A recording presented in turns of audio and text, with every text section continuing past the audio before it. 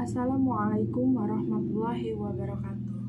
Alhamdulillahirrabbilalamin. Wassalatu wassalamu ala asrafil anbiya'i wal mursalin wa ala alihi wa sahbihi ajmain. Amma ba'd. Pertama dan yang paling utama, mari kita panjatkan puji syukur kehadiran Allah Subhanahu wa taala yang telah memberikan nikmat jasmani dan rohani sehingga mendapatkan berkat dari Allah Subhanahu wa taala. Pada kesempatan kali ini, saya Dwi Wayuningsih NIM 1912-1001 akan menyampaikan materi presentasi yang berjudul Pengembangan Komponen Strategi dalam Kurikulum yang mencakup dalam seperti pengertian strategi pembelajaran. Kedua, jenis model strategi pendekatan metode dan media pembelajaran.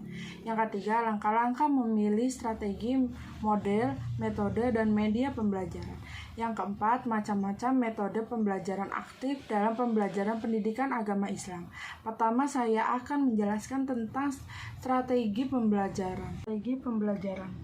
Strategi berasal dari bahasa Yunani, yaitu strategos, yang artinya suatu usaha untuk mencapai suatu kemenangan dalam peperangan. Awalnya digunakan dalam lingkungan militer, namun istilah strategi digunakan dalam berbagai bidang yang memiliki esensi yang relatif sama, termasuk diadopsi dalam konteks pembelajaran yang dikenal dalam istilah strategi pembelajaran. Menurut Mujiono 1993, strategi pembelajaran adalah kegiatan guru untuk memikirkan dan mengupayakan terjadinya konsisten antara aspek-aspek dari komponen membentuk sistem pembelajaran, di mana untuk itu guru menggunakan siasat tertentu. Yang kedua ialah jenis model strategi pendekatan metode dan media pembelajaran. Model pembelajaran adalah bentuk atau tipe kegiatan yang digunakan untuk menyampaikan bahan ajaran oleh guru kepada siswa. Di dalam metode pembelajaran terdapat unsur yang pertama filosofis atau teori yang menjadikan landasan atau ruh dari rumusan teoritis yang praktis sebuah metode pembelajaran. Yang kedua, rumusan teoritis, metode pembelajaran, dan prosedur praktis menetapkan metode pembelajaran. Model pembelajaran yang ideal adalah model yang mengeksplorkan pengalaman belajar efektif, yaitu pengalaman belajar yang memungkinkan siswa dan atau seorang guru berbuat secara langsung, secara aktif dalam sebuah lingkungan pembelajaran. Yang kedua, strategi pembelajaran diklasifikasikan menjadi 3, yaitu strategi pembelajaran langsung. Strategi pembelajaran langsung ialah pembelajaran yang banyak diarahkan oleh guru, bahan pelajaran yang disajikan dalam bentuk jadi, dan siswa untuk dituntut untuk menguasai bahan ajaran tersebut. Pembelajaran langsung biasanya bersifat deduktif. Strategi ini sering disebut inklusif induktif, pemecahan masalah, pengambilan keputusan, dan penemuan. Pembelajaran berpusat pada peserta didik. Guru hanya sebagai fasilitator dan pengelola lingkungan belajar. Peserta didik diberi kesempatan untuk terlibat aktif dalam proses pembelajaran. Yang kedua, strategi pembelajaran interaktif.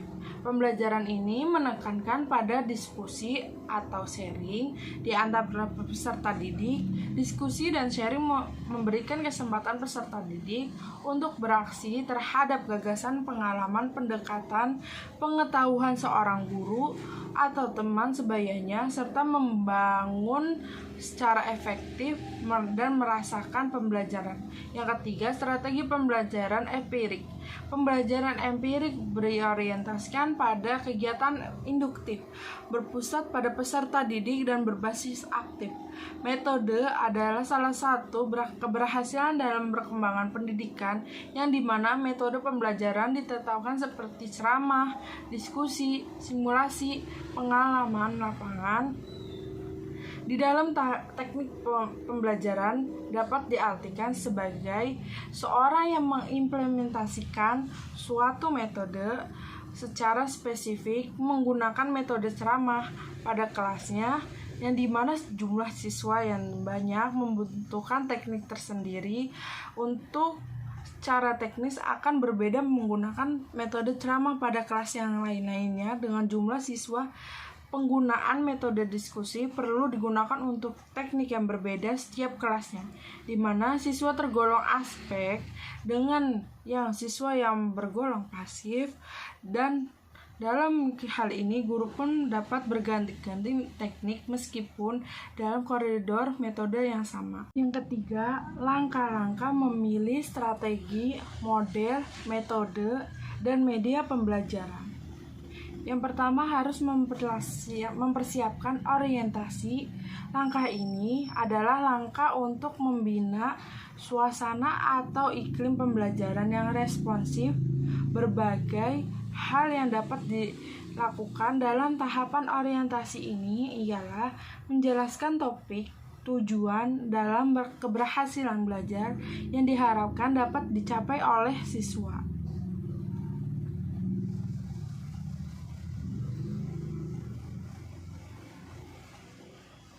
Yang kedua, merumuskan masalah, yaitu merumuskan masalah merupakan langkah membawa siswa pada suatu persoalan yang mengandung teka-teki. Persoalan yang disajikan adalah persoalan yang menantang siswa untuk berpikir cerdas dalam memecahkan teka-teki itu. Beberapa hal yang harus diperhatikan dalam merumuskan masalah ini. Yang ketiga adalah langkah-langkah memilih strategi, model, metode, dan media pembelajaran, yaitu mencakup orientasi, di mana langkah orientasi adalah langkah untuk membina suasana atau iklim pembelajaran yang responsif terhadap berbagai hal. Dalam dilakukan terhadap orientasi ini ialah yang pertama, menjelaskan topik. Tujuannya adalah untuk mendapatkan hasil belajar yang diharapkan dicapai oleh siswa-siswa tersebut. Yang kedua, merumuskan masalah. Merumuskan masalah ialah langkah membawa siswa pada persoalan yang mengandung teka-teki. Persoalan yang disajikan adalah persoalan yang menantang untuk berpikir cara untuk memecahkan masalah dalam teka-teki tersebut. Yang ketiga adalah merumuskan hipotesis. Hipotesis ini ialah jawaban sementara dari suatu masalah tersebut yang disajikan sebagai jawaban sementara. Hipotesis perlu diuji kebenarannya dalam kemampuan potensi individu untuk berpikir dalam memiliki secara individu selahir tersebut, atau potensi berpikir dimulai dari kemampuan setiap individu untuk menebak atau mengira-ngira persoalan suatu permasalahan untuk memecahkan masalah tersebut dengan sendirinya, dapat membuktikan tebakan itu dengan hasil yang secara benar. Oleh sebab itu, potensi untuk mengembangkan kemampuan dalam mencari teka-teki pada setiap individu yang harus dibina dalam pembelajaran. Mengumpulkan data. Mengumpulkan data adalah aktivitas menjaring informasi yang dibutuhkan untuk menguji hipotesis tersebut, yang diajukan dalam strategi pembelajaran inquiry. Mengumpulkan data merupakan proses mental yang sangat penting dalam mengembangkan intelektual. Proses pengumpulan ini adalah bukan hanya memerlukan motivasi yang kuat dalam belajar, akan tetapi juga membutuhkan ketekunan dan kemampuan menggunakan potensi berpikir. Oleh sebab itu, tugas dan peran guru adalah tahapan mengajukan pertanyaan-pertanyaan yang dapat mendorongkan siswa untuk berpikir kritis, mencari informasi yang dibutuhkannya. Yang kelima, menguji hipotesis. Menguji hipotesis adalah proses menentukan jawaban yang dianggap diterima sesuai dengan data atau informasi yang diperolehkan berdasarkan pengumpulan data tersebut. Yang penting dalam menguji hipotesis mencari tingkat keyakinan siswa atas jawaban yang diberikan. Dalam penguji hipotesis juga berarti mengembangkan kemampuan berpikir rasional dalam siswa. Artinya, kebenaran jawaban yang diberikan bukan hanya berdasarkan argumen, akan tetapi harus didukung oleh data yang ditemukan di lapangan dan dapat dipertanggungjawabkan. Yang keenam, merumuskan kesimpulan. Merumuskan kesimpulan adalah proses mendeskripsikan temuan yang diperoleh berdasarkan pengujian hipotesis tersebut. Merumuskan kesimpulan merupakan proses pembelajaran yang banyak data diperoleh menyebabkan kesimpulan yang harus dirumuskan agar memfokuskan terhadap masalah yang hendak dipecahkan. Karena itu, mencapaikan kesimpulan yang akurat sebaiknya guru mampu menunjukkan pada siswa mana data yang harus relevan. Yang keempat, macam-macam metode pembelajaran aktif dalam pembelajaran pendidikan agama Islam. Yang pertama, metode ceramah preaching mission, yaitu sebuah metode mengajar dengan cara menyampaikan informasi serta pengetahuan melewati lisan kepada sejumlah siswa yang umumnya mengikuti pendidikan secara pasif.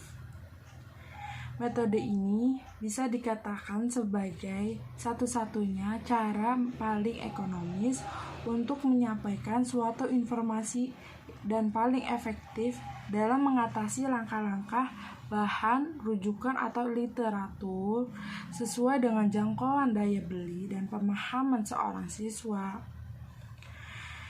Yang kedua, metode diskusi discussion method, yaitu metode diskusi merupakan cara mengajar yang sangat erat kaitannya dengan pemecahan suatu masalah. Metode ini pada umumnya dikenal dengan diskusi kelompok dan representasi bersama. Scholarship recreation, metode demokrasi, yaitu di mana metode demonstrasi mengajarkan dengan cara memperagakan sebuah barang atau peristiwa, aturan, dan urutan-urutan melakukan suatu aktivitas baik secara langsung maupun tidak langsung melalui penggunaan sebuah metode pembelajaran yang relevan dengan menggunakan metode atau bahan pokok pembahasan yang disajikan. Yang keempat, metode resitasi, yang dimana metode resitasi ini peserta didik diharuskan membuat suatu resume dengan menggunakan kalimat-kalimat singkat pada pemikiran yang disampaikan oleh guru tersebut atau materi tersebut yang dimiliki kesempatan untuk memupuk perkembangan dan menumbuhkan keberanian dalam mengambilkan inisiatif mandiri dan tanggung jawab menghasilkan sebuah resume tersebut. Demikian presentasi dari saya. Semoga hasil yang didapatkan dari presentasi ini bisa memanfaatkan untuk kita semua. Jika ada kekurangan atas penyampaian dan tindakan saya ucapkan dalam perbuatan, lisan ataupun perkataan, mohon maaf. Terima kasih. Wassalamualaikum warahmatullahi wabarakatuh.